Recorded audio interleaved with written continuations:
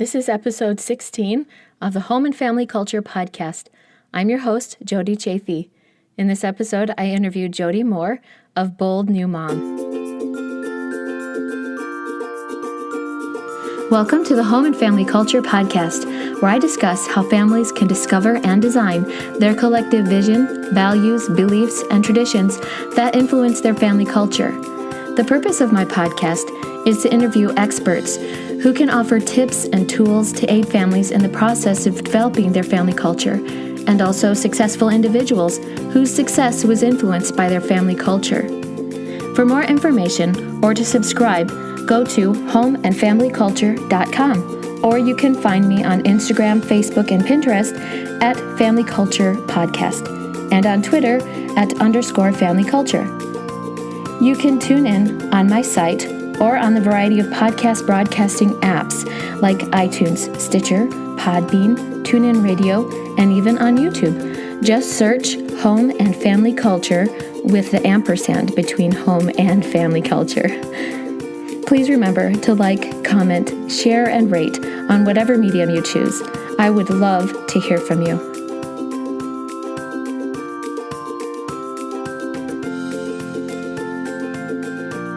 Jody Moore is the owner and lead coach at Bold New Mom, where she helps women with LDS values improve their relationships, their confidence, and their lives. She believes that if you want to impact the world, the most effective entry point is mothers. She is honored to work with adult women as well as young girls, helping them to become the next version of themselves. Jody has a master's degree in adult education and training, and she is a certified coach through the Life Coach School, where she also works part-time helping new coaches achieve their business goals. Prior to becoming a full-time coach, Jody worked in the corporate setting as a leadership coach and corporate trainer. She currently resides in Washington State with her husband and 4 young children. Welcome, Jody. I'm so glad to have you. Thank you. Thanks for having me. So tell us a little bit more about your family. I think you mentioned on one of your podcasts, like you have 2 older kids and you have 2 younger kids. Is that how your family came together? Yes, it's like deja vu. I had a little boy and a little girl, like 16 months apart, and then we have a 6-year gap, and another little boy and a little girl. So I feel like I already did this, but we have the big kids and the littles, and they're all wonderful and all unique, and it's chaos and it's wonderful. That's a great space. I have 2 and then 3 years and then 2, and that already feels like, wow, those other kids feel so much older. Yes. But 6 years, they must be really great helpers. They are good with helpers. The little ones. It's nice. Yes, I love it. That's awesome. So what was your inspiration behind the Bold New Mom and starting your company with that and your podcast? Well, I worked for many years in corporate. I was a corporate trainer and a leadership coach. And so I love the space of learning and growth and development. And when I became certified as a life coach, I should say, and was thinking about who do I want to help with these tools, my thought was that as a mom, you don't get to go to corporate retreats. You don't get to go to big training events and hear motivational speakers and take personality assessments and get all the things that I got in the corporate space. And as a mom, that's just as needed, right? Mm-hmm. And important. And so I decided that's what I'm going to do. I'm going to go all in on the moms. I'm going to create events like that for them. I'm going to create programs for them. And I'm going to provide them the kind of not only tools and development, but also amazing experiences that I felt like I was able to get in a corporate setting. So go more into that. Why moms? Why did you focus on moms in particular? Well, being one myself and being a mess myself for many years and still am actually, I felt like that was the hardest space for me. So in my job, I loved my job and I was good at my job, and even the challenges there I was able to figure out and navigate. But as a mom, I really struggled, and I had all kinds of experiences and emotions that made me think maybe I'm not cut out for this. Why is this so hard? Maybe something's wrong with me, because shouldn't this be the most joyful part of my life? Right? Right. So there was just so much drama and noise that I was unable to figure out until I found all these tools, that I thought there's probably other women like me out there who feel this same way. And that's just where I felt called to serve. So that's interesting. Then you use like corporate type tools to teach moms. I really love that, because like with family culture, a lot of times we do talk about corporate culture, but a lot of those same tools can be, they can translate into how your family functions and what the things you can implement in your home. And so have you seen that as effective tools, as being able to use like those corporate tools and family and serving moms? Yes, totally. In fact, one of my favorite things is to use the analogy of a good leader, right? In a corporate job, we would teach leaders that your job is just to hold your employees accountable and teach them and provide them tools and create a safe working environment, a positive environment for them. But ultimately, the employee chooses if they're going to perform, if they're going to show up for work, if they're going to do what you're asking them to do. And many of them will, and they'll be successful, but others won't. And again, if you're doing your job, you don't have to be mad. You don't have to hate that employee. You don't have to get irritated. You just keep doing your job. And so part of that is holding them accountable. And ultimately, some of them will get fired, right? Right. But as a mom, it's similar. You're not going to fire your kids, of course, but you have to separate yourself from the outcome, right? We want so badly for our children to be happy and to be successful and to be well-rounded adults and to make good choices. But our kids are the ones who have to choose, right? Yeah. They're the ones that will choose, and they will sometimes make poor choices. So if you stay really clean, that my job as the mom is just to teach them, to love them fiercely, and to hold them accountable for what I expect. But sometimes they're going to make bad choices. They're going to have to endure consequences. They're going to have life happen to them. And none of that is my job to completely clear out of the way or to fix. So yeah, it really is the same concept, of course, with more emotion and everything involved, but it works the same way. The best thing you can do as a mother is not to try to control your children, I don't think, but just to teach them, love them, and hold them accountable, and do the best you can. Yeah. Because a lot of times you can't protect them from the outcomes of those things. They need to be able to learn from their experiences and their choices. Yeah. Yeah. And we wish we could, right? We wish we could just clear everything out of the way that would be painful for them, but that really wouldn't serve them either. Right? Like that's how they gain confidence, is by overcoming something challenging. And that's how they prepare for adulthood, is by seeing like, oh, I endured that consequence and I was okay. And I guess I could do that again if I needed. And it's important too, to remember as a mom that's the case for you too, right? Like that you are experiencing things that are going to teach you and expand you and stretch you. And that those things can really, be for your good. It's hard to imagine that sometimes when you're in the heat of the moment or things, but yeah.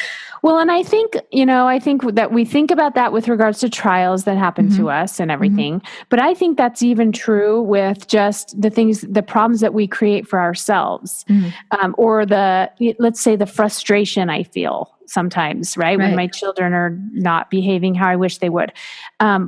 One of the things that I think that I teach a lot, I know in my program, is that if you are feeling frustrated and then you're feeling guilty for feeling frustrated, now you're adding emotion, right? You're feeling frustrated and guilty.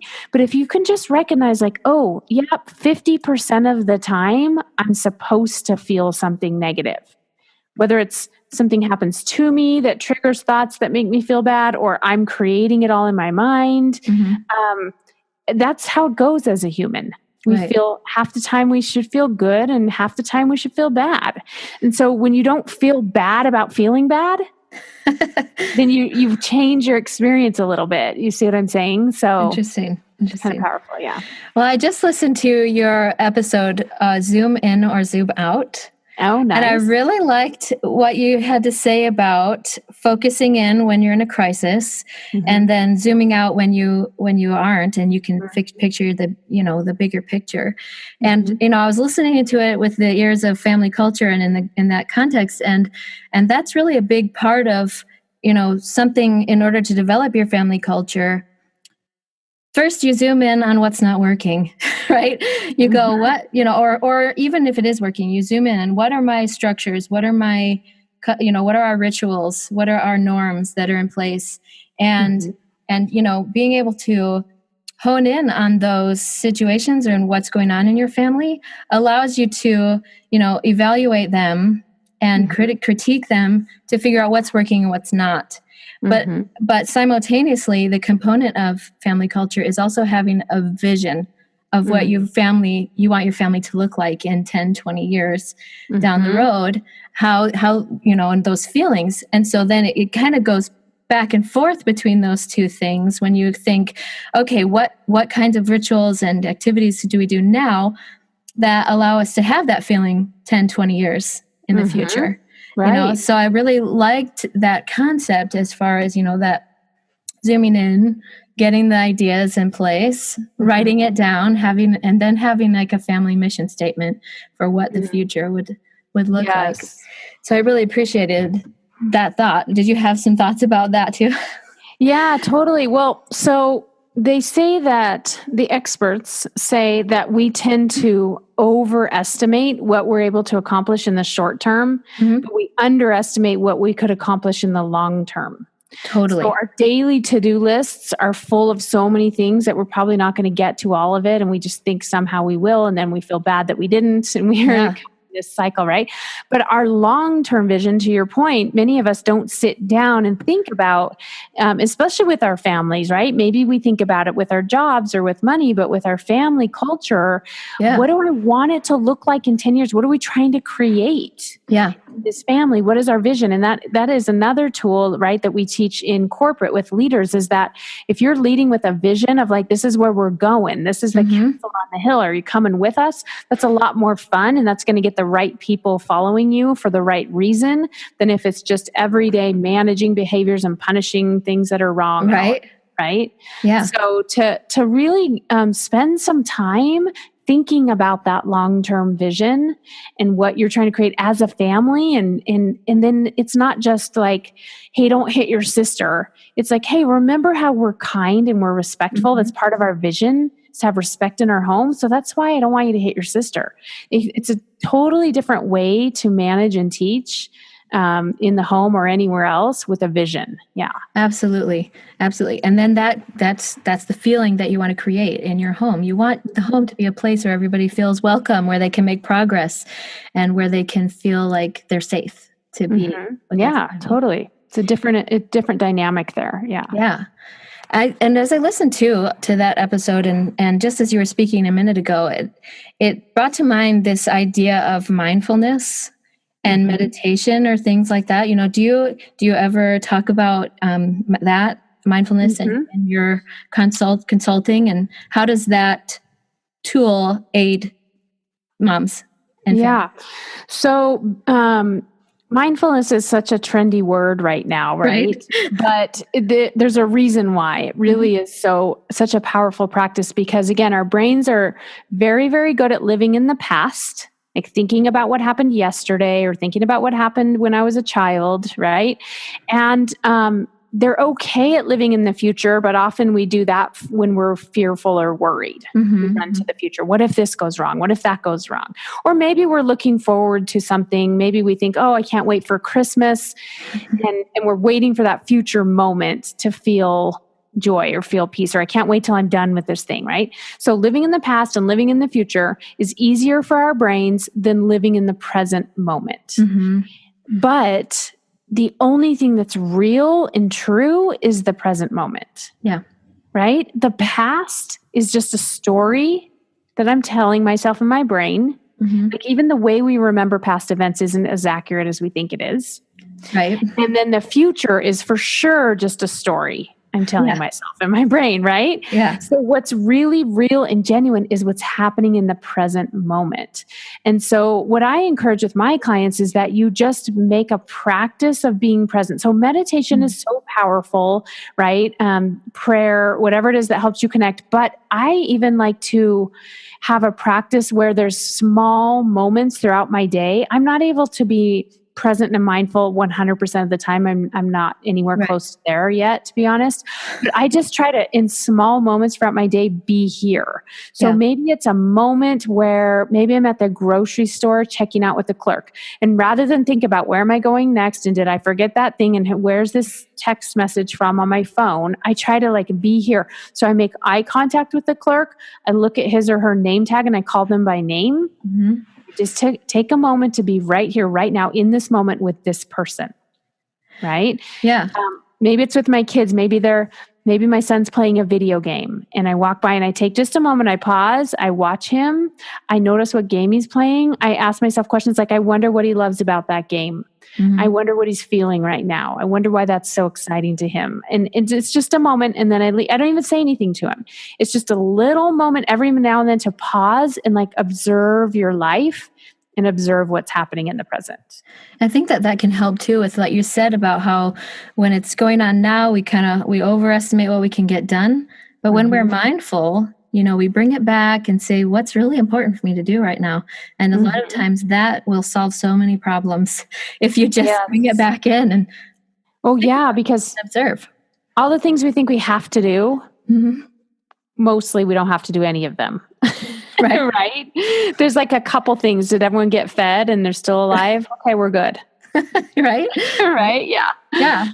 And we'll survive. Yeah, totally. So do you read a lot of corporate, like business self-improvement books or anything like that? Do you have some resources that we could look for to read up on some of the tools and things? I listen to a lot of podcasts too. I like the EntreLeadership podcast. Okay. It's a leadership podcast, but I find it's really applicable in so many areas of life. That's Dave Ramsey's podcast. Mm-hmm. I like, let me think, what are some of my favorite leadership books? I read a lot of self-help now too, of course. Yeah. So right now, I'm trying to think what I'm reading. Gabrielle Bernstein's book, The Universe Has Your Back. Okay. I'm reading that book. I'm reading a Marianne Williamson book that's on the Course. I'm trying to remember the name. She has a bunch. All of her books are amazing. This one is on A Course in Miracles. She kind of explains A Course in Miracles. It's been a while since I've read leadership books, to be honest, but What Got You Here Won't Get You There is a great one. I read a lot of online marketing books and stuff now with building my business. Yeah. Sell or Be Sold is a really good sales book. Anyway. Have you read Leadership and Self-Deception? You know what? I've not read that one, but I've read other books by that author, and I know my husband's a big fan of that book. Yeah, it's so good. Yeah. That one I think it's The Anatomy of Peace and the Leadership and Self-Deception are like, they kind of go hand in hand. One is like it's like the Anatomy of Peace came first and then Leadership and Self-Deception came later. And that one is more corporate than it is. The Anatomy of Peace is more focused on the family, but it's really interesting talking about, the way that the stories that we come up with in our minds to label situations and people. And get away from those stories. So good. I love that stuff. Speaking of, so I saw your advertisement about your class for next week about relationships and tough relationships around the holidays. Will you tell us about that?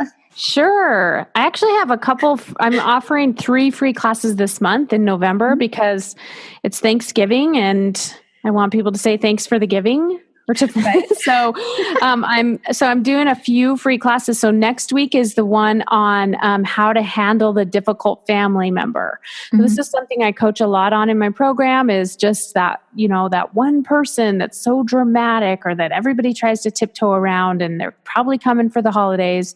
So I have some great tools to help people with that. And then I have a couple other classes the following week on how to stop fighting with your spouse, and how to help your child feel better. So all of those are free virtual classes that people can register for if they want to just go to my website. You go to boldnewmom.com/class, and you'll find information about all of those on there. Awesome. Yeah. So give us, Jody, one tip that you could give to, or that you would like to share with moms about how they can influence their family culture and the feelings that are in their home. Okay. I think my one tip would be that your main job as a mom to influence your home and your family is to manage your own emotions and take care of your own mental hygiene. Mm-hmm. So most of us have physical hygiene, and we brush our teeth and take showers, but we don't have a good mental hygiene because most of us have no idea what that even means or would look like. And mental hygiene to me is just noticing my thoughts, not just operating at the effect of my thoughts, but noticing what they are and questioning them and choosing them deliberately. Mm-hmm. And again, this isn't to say that I don't feel negative emotion ever. Of course, we're going to, half the time even, right? Yeah. But to know that everything I'm feeling is created by what I'm thinking. Mm-hmm. Always. So I think a thought, and then a chemical is released in my body, which is an emotion. And that's my feeling. And so when you realize that you can intentionally choose your thoughts. It feels like they just happen on rapid fire. But if you notice them, you kind of distance yourself from them a little bit, and you can choose them more intentionally. Mm-hmm. And I think if you as a mom are in a peaceful place, you love yourself, you love other people, and you appreciate your life, that is the best thing you can do for anyone else in your life, including your children. I love that. And that definitely comes back to that mindfulness, that, yes. Being aware, being present. Totally, yeah. A really good book about that is 10% Happier. Oh, I've heard of that book too, and I haven't read it. That one is about how, like, the fundamentals of meditation from a secular or scientific perspective. It's a guy discovering that meditation doesn't have to be metaphysical or spiritual, but it's something that is actually scientifically proven to be a really excellent tool. So it's really interesting. I mean, it definitely is a spiritual thing too, but right. Well, but yeah, there is a lot of scientific data out there where they can study the brain now and see the chemical changes that happen in your brain from meditation. Yeah. It's very cool. That.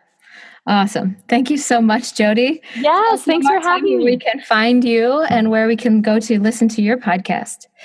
Yeah, my podcast is called Bold New Mom. It's on iTunes, or you can go to boldnewmom.com and you can find the podcast there, and also a lot of other free resources. Awesome. Thank you.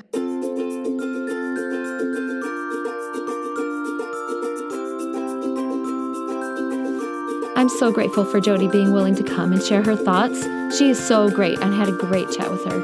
I recommend checking out her site and her podcast, Bold New Mom.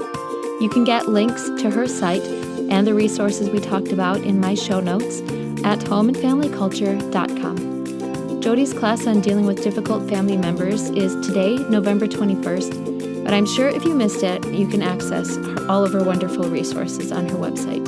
She has a lot of great tools for moms. I love what Jody said about moms being in the moment, putting down our phones and observing our surroundings and being present. Mindfulness really is a great tool. Thank you again for listening. I appreciate your support on this journey of mine to explore family culture. I'm excited for the interviews that I have lined up.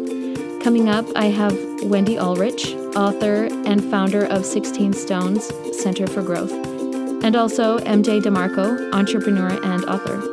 Don't miss those because they're amazing.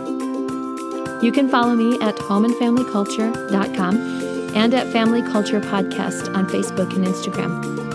Please rate and subscribe and share. Thank you so much.